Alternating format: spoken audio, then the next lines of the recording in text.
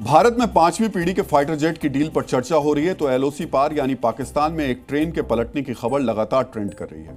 UP के बारे में आप सुनते ही होंगे, जहां अपराधियों के साथ को ले जा रही गाड़ी पलट जाती है, लेकिन पाकिस्तान में आजकल ट्रेन पलट रही है। ये तस्वीरें पाकिस्तान में बलूचिस्तान के दश्त इलाके की हैं, जहां एक बार फिर जफर एक्सप्रेस पर हमला किया गया।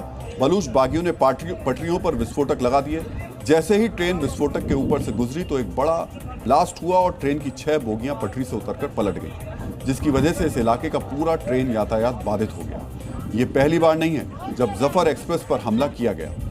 अब आपको जानना चाहिए कि जफर एक्सप्रेस बार बार पलटती क्यों है। जफर एक्सप्रेस बलूचिस्तान में चलने वाली सबसे बड़ी ट्रेन।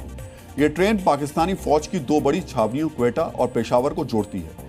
इसी वजह से इस ट्रेन से ज्यादातर पाकिस्तानी फौज ही सफर करते हैं। ये पाकिस्तान के उत्तरी और दक्षिणी हिस्से को जोड़ने वाली एकमात्र ट्रेन है। इसी वजह से बलूच लिबरेशन आर्मी और मजीद ब्रिगेड जफर एक्सप्रेस पर ज्यादा से ज्यादा हमले करने की कोशिश करते हैं, ताकि जवानों को मारकर मुनीर की फौज को नुकसान पहुंचाया जाए और साथ साथ क्वेटा और पेशावर के बीच फौजी मूवमेंट को बाधित किया जाए। इन हमलों को रोकने के लिए पाकिस्तानी फौज ने ट्रेन के अंदर हथियारबंद फौजियों को भी तैनात किया, लेकिन ये तैनाती भी जफर एक्सप्रेस पर हो रहे हमलों को रोकने में नाकाम साबित हुई है। अब तो पाकिस्तान रेलवे के रिकॉर्ड्स में इस ट्रेन के रूट से ज्यादा हमलों का हिसाब किताब रखा जाने लगा है।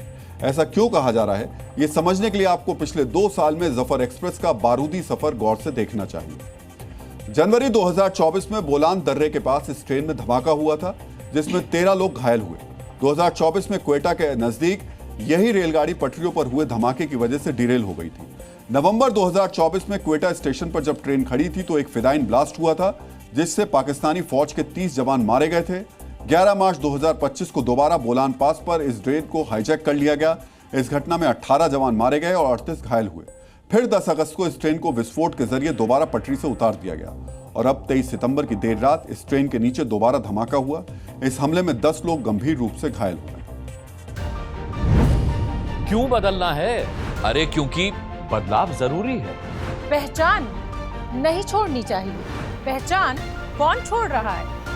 तेवर वही रहेंगे, लेकिन अंदाज नया होगा। कैसे बदल रहे हैं, देखते रहिए, जवाब मिलेगा। दुनिया को पता चल जाएगा, सब बदल जाएगा। 25 सितंबर, खबर वही, अंदाज नया। जी न्यूज़। जी न्यूज़।